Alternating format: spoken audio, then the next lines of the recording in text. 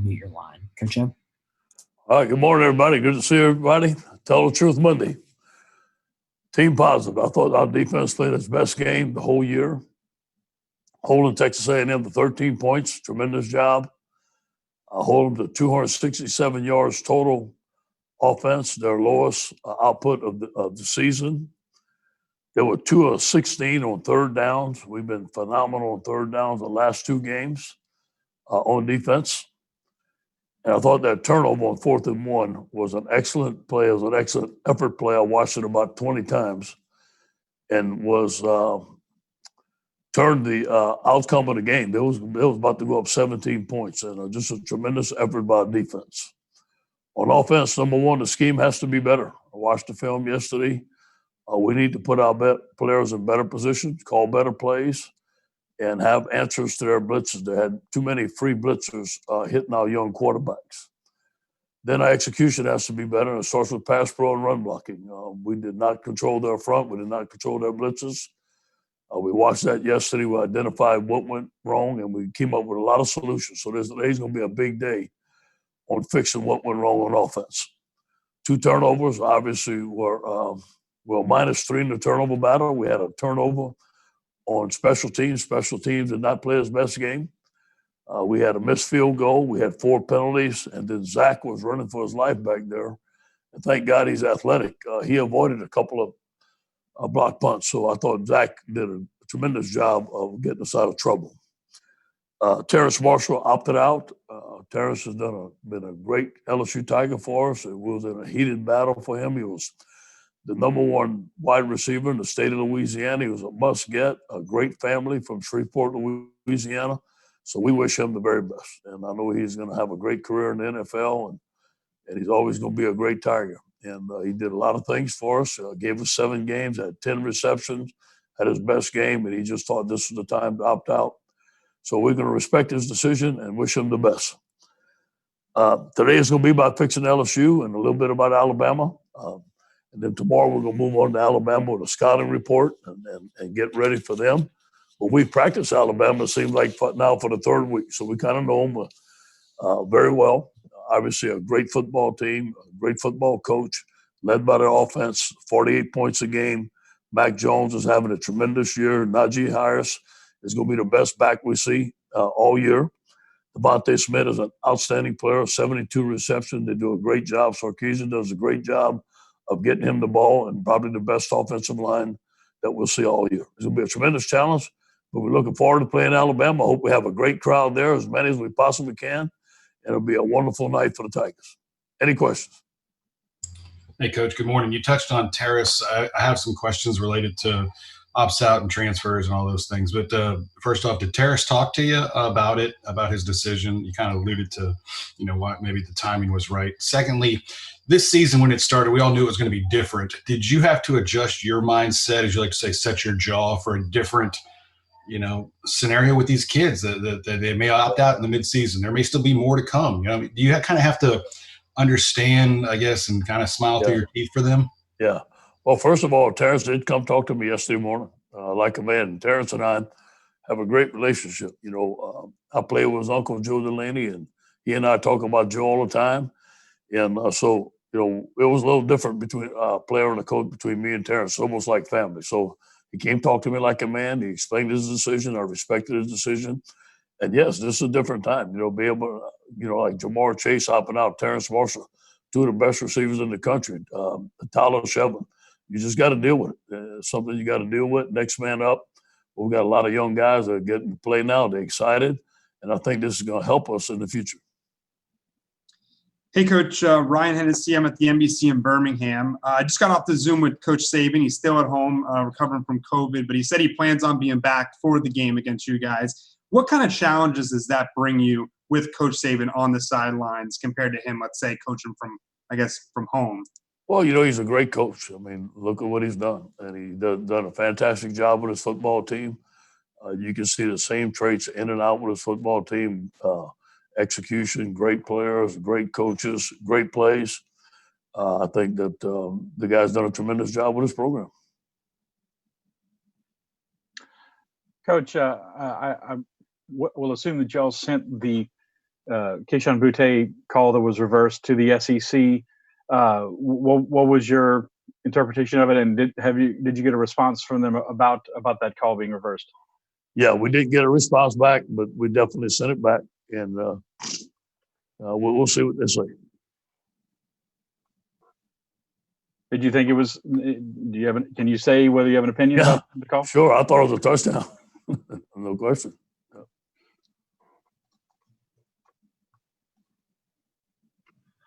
Yeah, I mean, you talked about kind of preparing for this year with all the ops out, the possibilities. Kind of two questions. The second, won't be related to this, but I'm curious. As the season continues, do you expect more players to follow, or how do you approach that talking to the team in the wake of this? Yeah, that has not been discussed with anybody else. I haven't heard anything. The first time I heard about Terrace opting out was Sunday morning. He had a tremendous game. But, we're going to take it day by day. Other players can't opt out. That's the rule. Nobody has talked to me about it. But, again, we'll take it day by day and see. And you talked about protection, offensive line. You're working a lot about that today, you said. Is it at all similar to the frustrations you had a couple of years ago in 2018 where you just had to bring other people in to protect, and it limits you a bit? And I remember you all talked a little bit about spreading out, allowed you all to give the quarterback less pressure sometimes. It almost seemed like counterintuitive. But I'm wondering, is it at all similar to that, and how are you all finding the answers to Well, we like the spread, and we like to keep one back in for protection, but we also like to empty it out because you get rid of the ball quick. What happened in this game wasn't the amount of people that were blocking, it was how we were blocking. And they were overloaded one side, and we turned away from it, and those guys came. And that's just scheme. It's something that we can fix. It wasn't about bringing extra people into the protection. We like to get as many people as we can out. We had enough people in protection, but we just wasn't sliding it the right way. Hey, Coach, good morning. Couple quick questions for you if I can. Last year, obviously, everything's hunky-dory. Couldn't have been better. I like this year, obviously, it's been challenging. You, the face of the program, the head coach, where is this program heading, Coach? And where's the light at the end of this kind of dark 2020 tunnel? Yeah. We're building a championship program, and we will be champions again. Recruiting is going well. We got some great young players. We have some stuff that we have to get fixed, and I know we have to fix it, but I've done it before, and I'll do it again. And, Coach, I know you're big on culture. Pete Carroll, your mentor, has talked to you about all that. Do you feel good about the culture inside your building right now? I feel good about what we built here over my length as the head coach. I think that we have some things to work on. We have some leadership things to work on. I have some things to work on to get better. But overall, I think we built a great culture inside the building. This year has been a challenge, obviously, with COVID-19, other stuff going on, and has kind of put a little spin on everything. You don't know what the next guy is going to opt out, who's opt out. But I think that overall that we built a good culture here, and we have a good young foundation. Thank you.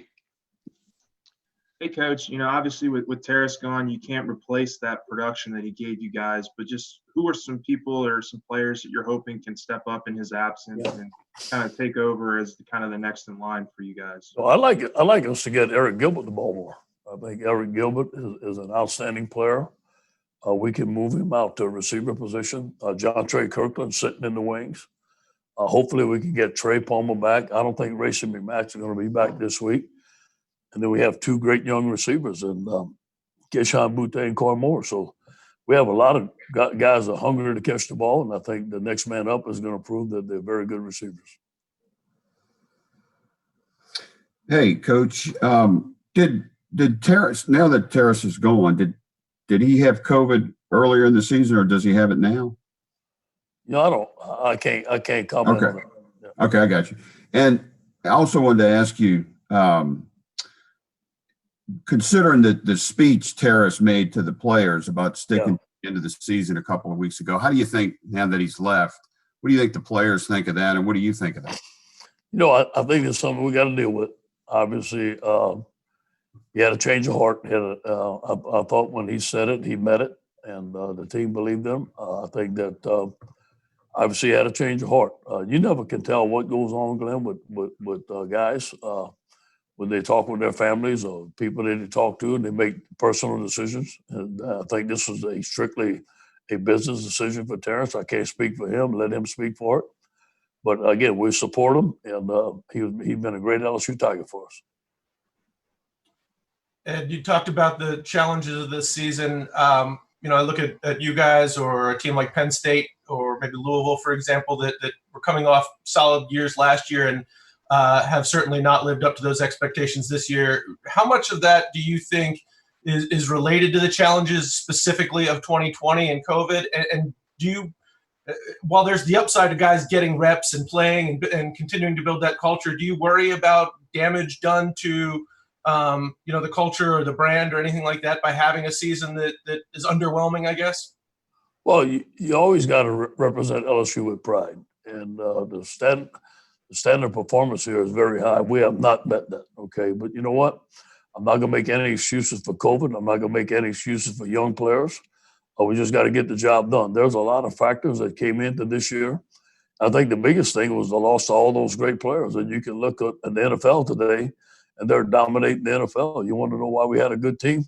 Look at the players that we lost. And now we have some young players that I think are going to be just as good, but they're just not there yet.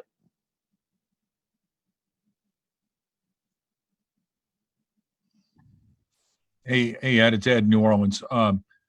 What do you plan to do if you can say, sorry about your quarterback position this week? Do you plan to settle on one, or will you play two? And when will you make that decision?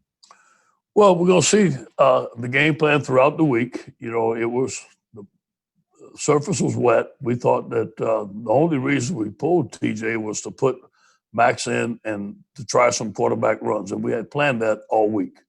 And we thought that we could get that done, but we couldn't. So we're going to see this week. We're going to practice both of them, and then we're going to make that decision at the end of the week according to the game plan and what we need to get done on offense. Hey, Ed, obviously you gave that explanation about the offensive line and what you kind of think was going on. But just to kind of understand better, do you think they were mistakes, or do you think it's just something you guys have to change with how you're scheming it? I think it was both of them. Yeah. First of all, you got to look at scheme. I mean, we did not have them in the right position a lot of the times, and there were some free blitzers coming in. So the way we turn the protection, the way we protect, those things can be fixed easily, and it's things that we have done before. Now, there was a couple of times where we got beat one-on-one, and we got to have better technique, and we got to play better and compete better. So it was a combination of both. Thank you. Hey, Coach, you mentioned Kayshawn and Coy as a couple of guys that you'd like to see more of down the stretch. Where are those two freshman receivers in terms of their development, and just how ready do you feel like they are, or what are some things you need to see from them to take on that bigger role the rest of the way? Yeah, I think they're ready to play. I think they're ready to play and will play well. Obviously, there's some things that they need to work on. Obviously, COVID guys are getting quarantined, not being in practice for a couple of weeks and missing some time. It's hurt them a little bit. But I think overall, both those guys have demonstrated in practice they're ready to play. Hey, Coach, Shea Dixon with 24/7. Each week you had talked about things you wanted to see cleaned up on defense. I assume that list was shorter after the weekend. What was key for them, when you saw the film again and during the flow of the game? Simplification, communication, the things that we've been working on, having their cleats in the grass. I think the biggest thing that came out of the game was no explosive passes. And that was a big improvement for us. We had some explosive runs, but we didn't have mistakes where guys were running free down there scoring touchdowns. I thought our man-to-man coverage was great. I thought our plan was great. I thought our defensive line played very well against a very good offensive line.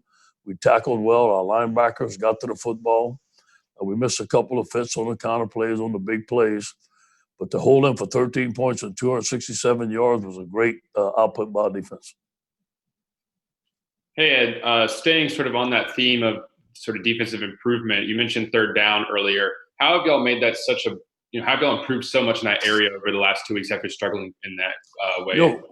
Four-man rush and great coverage. It all works together. It all starts with a four-man rush. and tight coverage. The quarterback doesn't have a long time to throw the ball. He doesn't have many windows to throw the ball. We had some good pressure on the quarterback, and then we had some five-man rushes, and we had some blitzes, and our man-to-man coverage was pretty good. Coaches, Brett, what did it mean to you when you consider all the criticism that Coach Pelini has been under this year to see the defense improve as dramatically as they did last week? And how much of it do you think is Coach Pelini adapting to his players or them kind of figuring out what he's been trying to teach all along? I think it's a combination of both, Brett. And then, with the criticism, that's outside noise. We can't react to that. We got to control our own mindset within the building. And we got to believe in each other. We got to fight for each other. One team, one heartbeat. Coaching staff, players together. But I do believe it's a combination of both learning what our players can and can't do, and our players understanding the scheme better, and you can see it working. Coach, I know that this year you've talked about getting to that championship apex, especially tasting it last year, but removing COVID from this season with this type of adversity in 2020, do you need a season like this to get to that championship pedigree again? Matt, I think that you need to build grit within a football team. I think you need to be tough, build toughness, and the young guys need to learn how to go out there and play and win, but we need to coach them better. So I think it's a combination. Nobody wants to go through a season like this, but I do believe we're building character and grit, and it's going to pay off for us later on. Coach Scooter Hobbs, back to the Terrace speech again. Are you all concerned about what that will do for the morale of the team? Scooter, it's something we can't control. I mean, that's something that happened last week. I never thought this would happen this week, but you know what? We got to deal with it. This is a year that we've had to deal with a lot of stuff, and you just got to be ready to go and just stay positive with the football team. I think the team is going to look at it and say, okay, Terrace is gone. Next man up. Let's go. We're fighting. I think the thing that you saw against Texas A&M was fight in this football team, the will to win and to compete. And our guys have that, and I'm proud of them for that. Hey, Coach O, two-part question. One, first of all, defensively, with the exception of two runs, you really kept Spiller, in check. Probably a lot of tackles for losses are at the line of scrimmage. Can you relate the challenge that faces your defense this week with Najee Harris and a much bigger back and a guy who's obviously very capable of catching the ball in the backfield? Yeah, no question. Well, first of all, they run a little different scheme. This is the best offensive line we've seen come into Tiger Stadium in years, and this is going to be a challenge. And one of the best running backs, and he's very physical.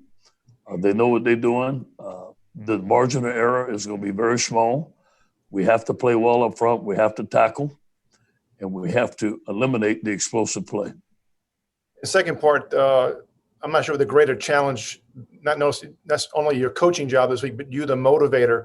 You mentioned, the outside noise and how you try to keep your kids looking ahead and not listen to, 4 touchdown underdogs and those kind of things, right? It's kind of like David versus Goliath kind of thing. We never talk about that. That's never been mentioned. And this is Alabama. This is LSU, Alabama, but it's about us. We can control. Let's go in there and let's play our best game that we possibly can play. Hey, good afternoon, Matt Moscona. Maybe this is a little on the same lines, but I have two if I could. Normally when you're playing Alabama, at where it falls on the calendar, there is still a championship on the line. Yeah. And there isn't that now. So what do you tell your team this week? And then the other, if I could, after watching the film, how did you all grade out the quarterbacks? And were there differences that you saw in film than maybe what you thought you saw real time? Well, the quarterbacks were under the rest. I mean, so, I can't put anything on those young quarterbacks. I thought they did the best that they could. They made some mistakes. They made some misreads. But when there's free blitzes and they're attacking them all and the young freshman quarterback, I got to put all the blame on. We got to have a better scheme, number one. And then what I tell this week, tell the team this week, we played Alabama at home. That's all we need to hear. And playing Alabama is a great rival for us. It's been a great game over the years for us, a tremendous challenge. They're the number one team in the country. Coming to Tiger Stadium, let's play. Hey, Coach. Steve Moulton, WZZN. I've got two, please. You mentioned about limiting the explosive plays and coming off your best game defensively. What goes into, especially with the kind of high caliber speed that Alabama does have, into limiting those explosive plays, Coach? Yeah, you got to find where Devontae Smith is, number one. You got to know where he's at, what's he going to do, and you have to cover him. And you may have to double cover him, you may not. But if we do have single coverage, we have guys that get single coverage, you got to be able to eliminate him from getting the ball over the top. Sarkisian does a good job with his play action pass, it's called gap pass, and take shots. He'll take shots time after time. And you can't get your safeties too far up to play the run because they throw the ball over your head. I think that's the number one deal. What was your second question, Steve? Second question is, since this game is kind of a reschedule, if you were to look back at your team when you were supposed to play Alabama, do you think your team is better today than when you were supposed to play Alabama? Yeah, we have enough people to play. We'd played them the first week. We just didn't have enough people to play. And that's all that was to it. And so I'm glad we played them. I'm glad we got the reschedule. We look forward to playing them. Ed, I know how much you wanted to have the spread offense, but in the SEC, everyone has it now, and you're about to face two really good offenses the next couple of weeks. Do you feel like these quarterbacks that have come along, so long the SEC was knocked for having no quarterback play, do you feel like their production is a direct result of the spread and, like you've said before, 7-on-7? Yes, no question. No question. It puts athletes in space and let them make plays. And the people are scoring a lot of points. And the quarterbacks are being groomed in the 7-on-7 league. They're going in there. It's quick. It's a shotgun, getting the ball, throwing it deep. And then again, when you have some great athletes like they have to give the ball, you have success. I had two questions. First off, how much was not being able to get a push in the run game, not having Torrey Carter available, and what's his status coming back, and is Eric kind of more in that position now to block? Yeah. Torrey's will not be available this week. At 4th and 1, we go hurry up, and we got beat in the line of scrimmage, and that was a big play in the ball game. And then, we're trying to run the leads inside. There was no room to run it. We got to be more creative. We got to get the ball outside, and we got to block better. And, it feels like this is the longest and strangest build-up to Alabama that I've seen for a while, like a couple of weeks. What's been kind of behind the scenes? You've said you've wanted to play this game, and how did y'all talk about it? I know you had other games to look at, but in the build-up sense, how did y'all approach towards this? It's about LSU. Alabama's a great team and a great program, and it's about us getting our team ready to play a great game and doing the best that we possibly can. Thanks. Thank you, Coach. All right, guys. Go Tigers.